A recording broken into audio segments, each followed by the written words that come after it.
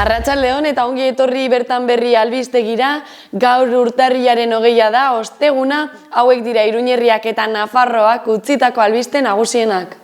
Asteazkenean 1869 COVID kasu erregistratu dira Nafarroan.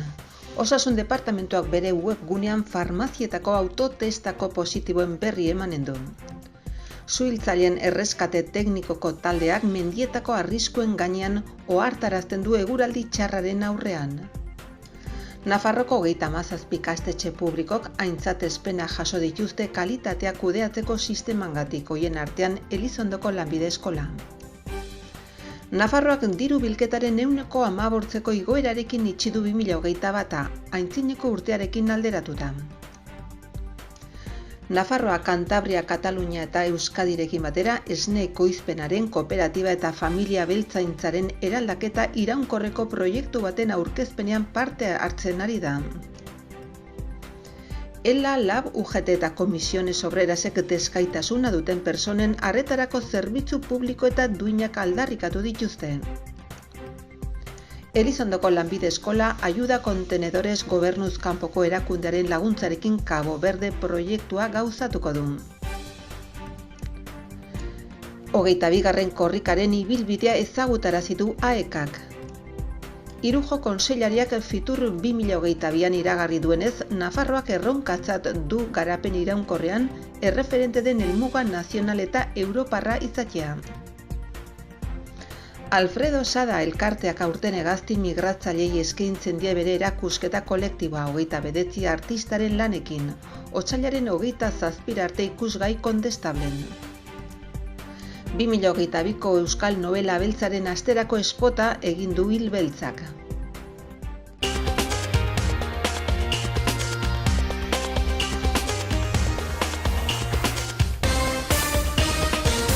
Asteazkenean 1869 COVID kasu erregistratu dira Nafarroan. Osasun departamentuak bere webgunean farmazietako autotestetako positiboen berri emango du. 1869 COVID erregistratu dira Nafarroan asteazkenean eginiko behaketetan. Osasun bideak eskainitako behin-behineko datuak dira. Asteartean 2137 positibo izan ziren, beraz zeozer jaisten doa kurba. Unionetan 276 lagun ospitalaratuta daude, hauetarik 31 zainketa intensiboko unitatean daude. Kolapsoa saihesteko ahaleginetan ari dira osasun sisteman.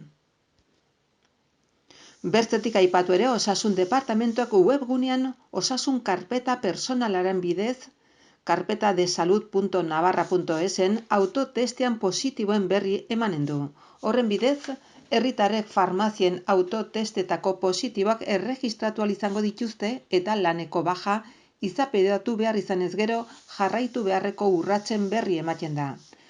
Datuak bidaltzea eta baieztamen froga eskatzea antigenos farmazia@navarra.es helbide elektronikora edo 844 42 00 20 telefono zenbakira deituz, eta positiboa baieztatzen bada posta elektronikoz bidaliko dira laneko baja eta alta, beti ere bilakaera klinikoaren baldintzapean.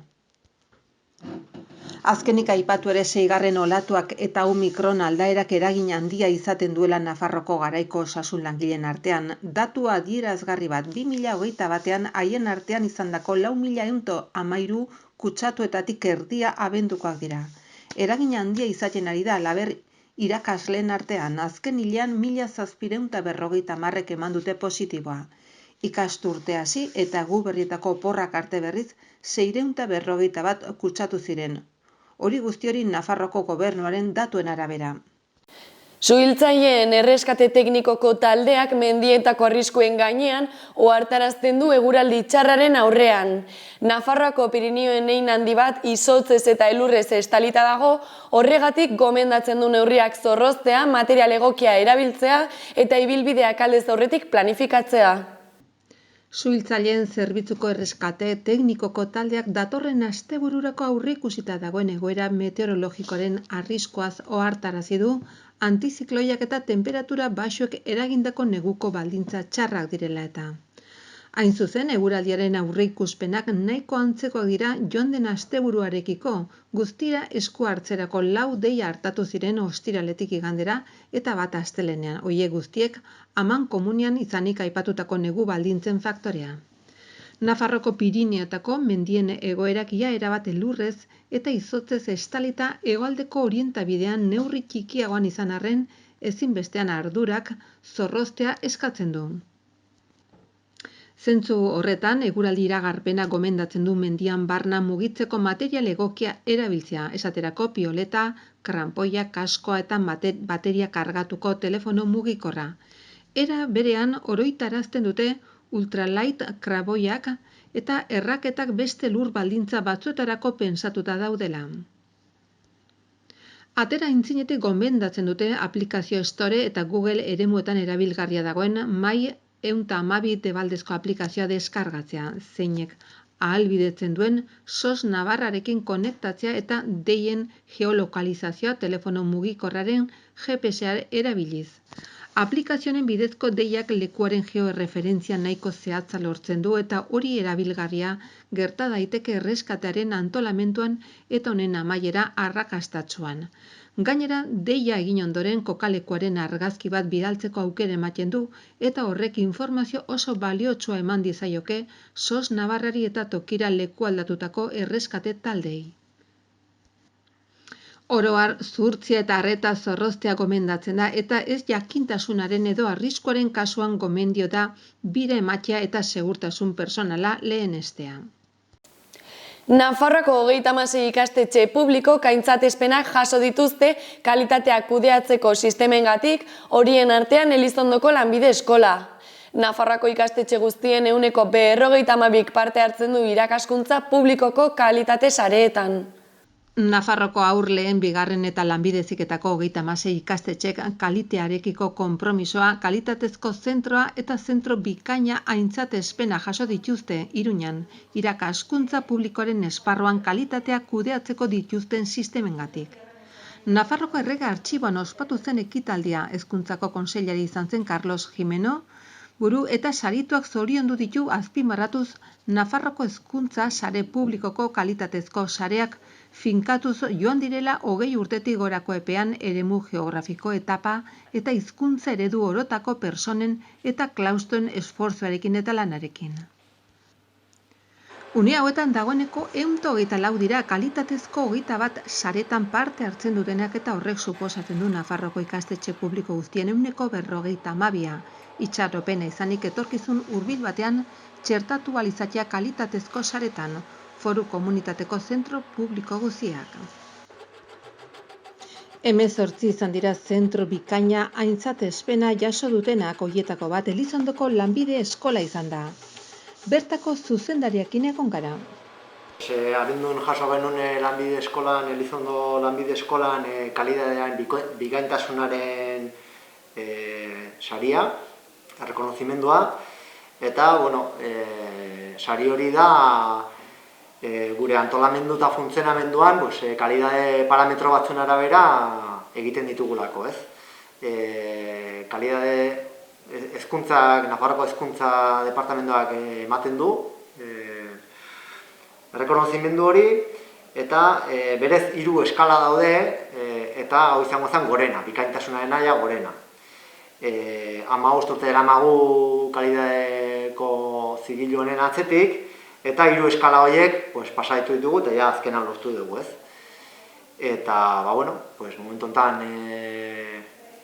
gure konpromiso hartu dugu ere bai, datozen urteetan eta zigilu honi usteko, guretzako hildo garrantzitsua delako ikusten bai dugu, honek gero eguneroko jardunean onurak ekartzen dizkigula, ez? Emaitza akademikoak hobetu dira, zerbitzuak gizarteari ematizkigun zerbitzuak eta ere hobetu egin ditugu, eta guretzako garrantzitsua da, ez? Honi ustea. Nafarroak diru bilketaren 15%ko igoerarekin itxi du 2021 aurreko urtearekin alderatuta. Pandemiak sortutako ziurgabetasunak gora behera 4.130,4 milioi euro bildu dira. Nafarroko Foru Ogasunak 4.170.400.000 euroko diru bilketa likidoarekin itxi du 2021 eta 2020an 3.627 milioi euro bildu ziren, hau da, 543,3 milioi gehiago, 15%ko gehikuntza alegia. Hala iragarri du Elma Sainz Ekonomia eta Ogasun Kontseilariak gobernuaren ohiko bilkuraren ondotik eskainitako prentsaurrekoan. Azpimarratu behar da pandemiak sortutako ziurgabetasuna gorabehera 4.170 milioi euro bildu direla. Bertzetik, Nafarroak 475 milioiko zorpetze murrizketarekin bukatu du 2021 beraz, behin betiko itxieraren faltan, eskualdeko zorra 3.152 milioi eurokoa da. Hala, jakinarazi zuen ere Elma Sainz Ekonomia eta Ogasun Kontseilariak atzo, bilkuraren ondotik eskainitako prentsaurrekoan. Nafarroa, Kantabria, Katalunia eta Euskadirekin batera, esne ekoizpenaren kooperatiba eta familia abeltzaintzaren eraldaketa iraunkorreko proiektu baten aurkezpenean parte hartzen ari da. Itziar Gomez kontseilariak azpimarratu du, departamentuak nekazaritza eta basogintzako familia ustiapen ereduaren aldeko apostua egin duela. Itziar Gomez landagarapeneko eta ingurumeneko kontseilariak Karrantzako El Molino abeltzaintza ustiategian parte hartu du atzo goizean familia abeltzaintzaren eraldaketa iraunkorrerako eta esne ekoizpenaren kooperatibarako proiektu baten aurkezpenean. Proiektu horretan Nafarroko, Kantabriako, Kataluniako eta Euskadiko 25 erakundek parte hartzen dute. Itziar Gomez kontseilariak azpimarratu du departamentuak nekazaritza eta basogintzako familia ustiapen ereduaren aldeko apustua egin duela. ELA, LAB, UGTek eta Komisiones Obrerasek desgaitasuna duten pertsonen arretarako zerbitzu publiko eta duinak aldarrikatu dituzte. Datozen egunetan Nafar Gobernuko eskubide sozialeko departamentuak desgaitasuna duten pertsonen arretarako itunpeko zentroen pleguak lehiaketara aterako ditu. ELA, LAB, UGT eta Komisiones Obrerasek desgaitasuna duten pertsonen arretarako zerbitzu publiko eta duinak aldarrikatu dituzte. Sindikatuetetik ohartarazten dute sektorea ezin dela inbertsio funtsen esku geratu, hoien interes bakarra etekinak maximizatzea baita, plantilen lan baldintzen eta zerbitzuaren kalitatearen kontura. Zerbitzuaren zuzeneko kudeaketa defendatzen dute erakunde publiko baten bitartez lan zentroetan dauden plantilak sendotuko dituena. Elizondoko Lanbide Eskola Ayuda a Contenedores gobernuz kanpoko erakundearen laguntzarekin Cabo Verde proiektua gauzatuko du. Honen aurkezpena egin dute Elizondon ikastetxearen egoitzan. Ikasturte hasieran proiektu berri bat abiatu zuten Elizondoko Lanbide Eskolako hainbat ikaslek, Cabo Verde proiektua deitua. Ayuda Contenedores gobernuz kanpoko erakundearen bitartez harremanetan jarri dira Afrikako Cabo Verde irletako ikastetxe batekin. CEF Variante Lanbide Eskola. Proiektuaren helburua edukiontzi bat betetzea da bertako ikasle eta irakasleentzako baliagarriak izan daitezken material eta tresnekin negutegi bat eta hazitegi bat adibidez. Hainbat ziklotako ikaslek parte hartzen dute proiektuan, ostalaritza eta turismoko lanbide heziketa berezikoak, bulegoko informatika oinarrizko lanbide heziketako lehenengo mailako ikasleak eta elementu metalikoen fabrikazioko oinarrizko lanbide heziketako bigarren mailakoak. 20 ikasle eta 6 irakasle guztira. Atzo prentsaurrekoan eman zizkiguten xehetasunak. Egunon, gu Elizondoko Lanbide Eskolako kideak gara, eta kurtso hasieratik lanean gabiltzan proiektu bat aurkeztu nahi dizuegu.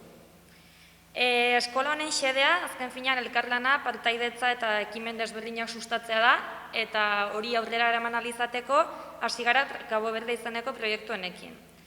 Cabo Verde proiektuaren xedea edo azken finean izan da FP Variante izeneko lanbide eskola batekin harremanetan jarri garela eta bereiekin elkarlanean hasi garela.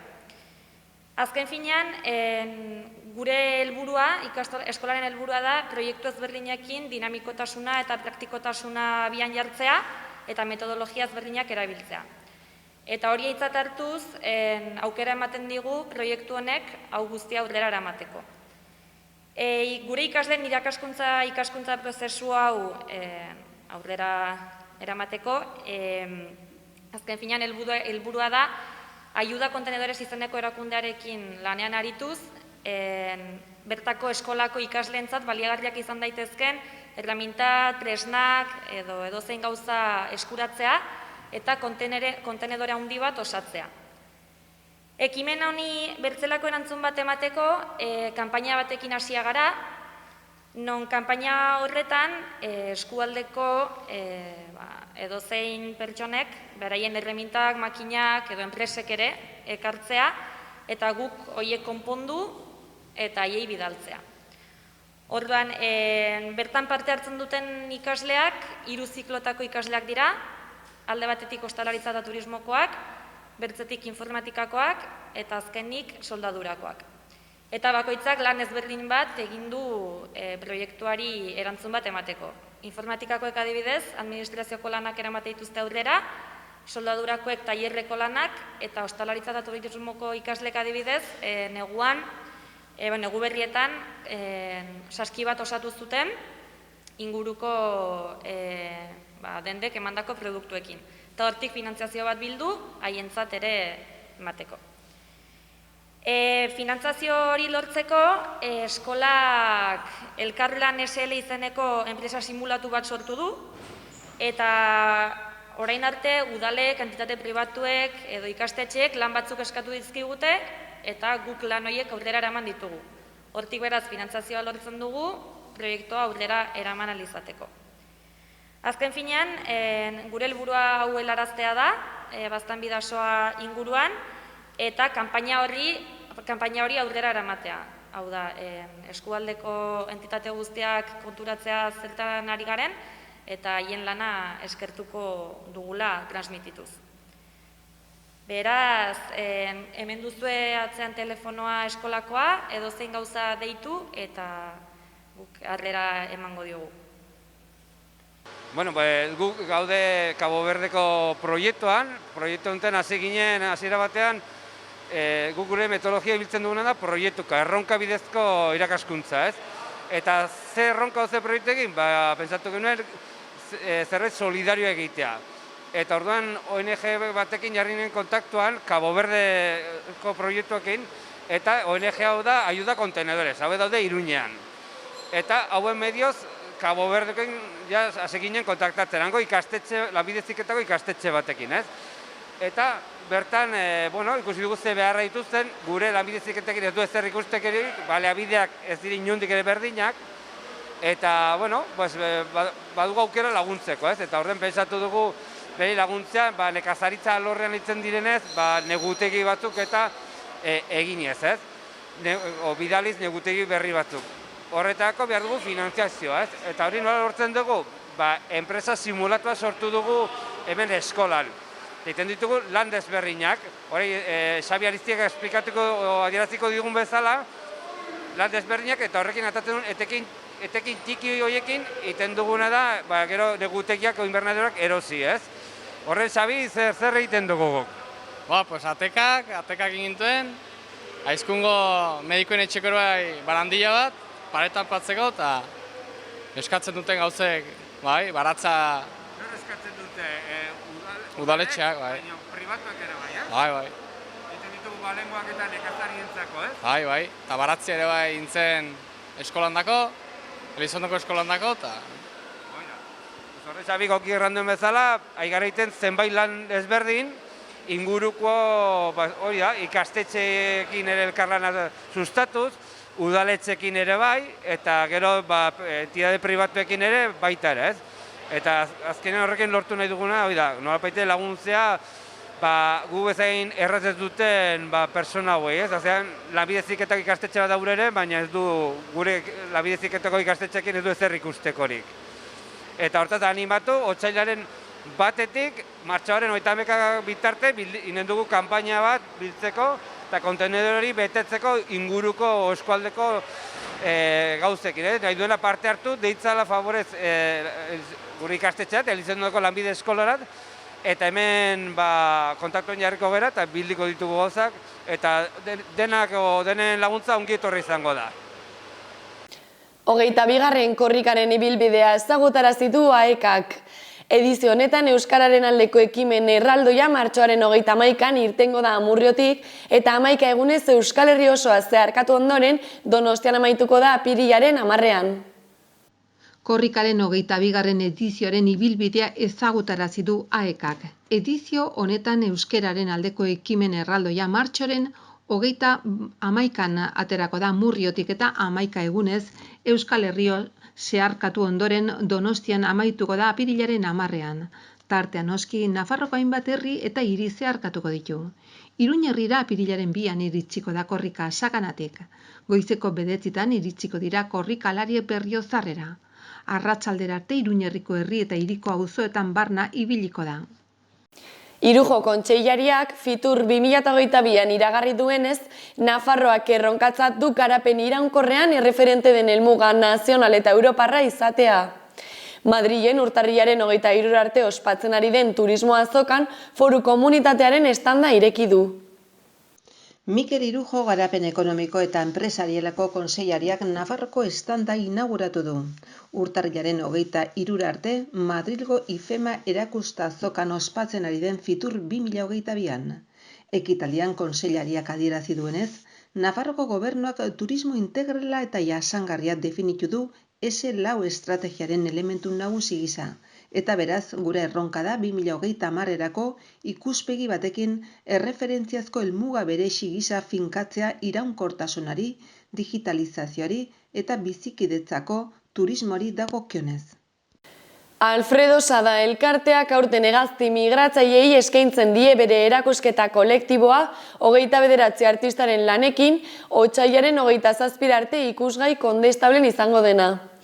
Erakusketan bi obra kolektibo ere badaude, hainbat pertsonak egindako pintura bat eta lumen gainean egindako grabatu lan bat.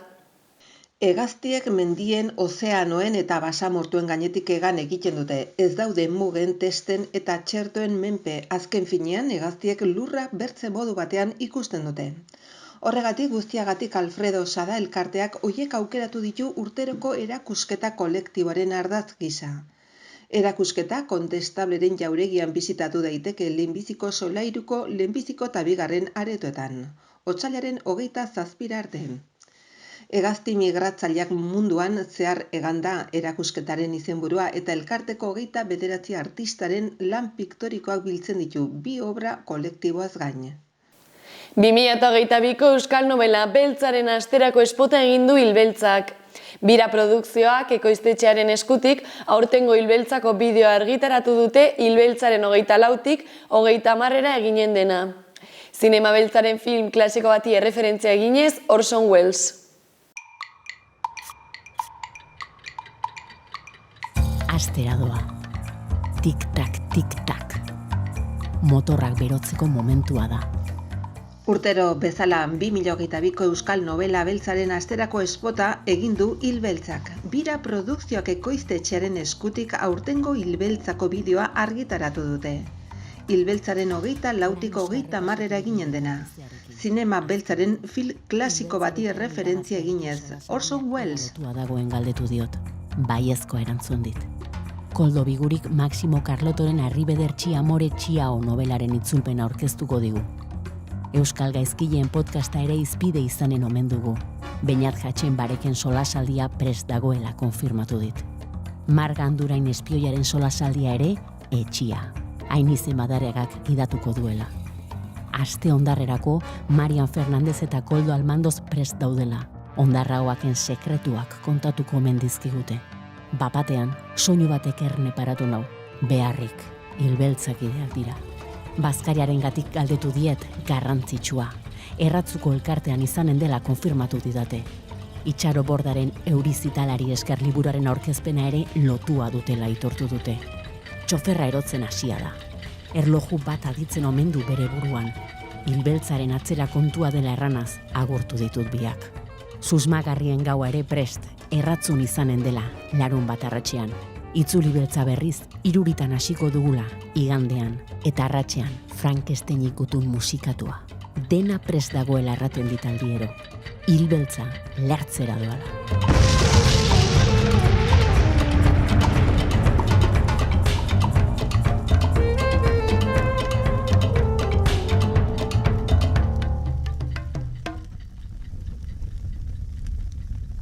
Eta hauek izan dira gaurko albiste nagusienak, eskerrik asko horregoteagatik eta bihar arte.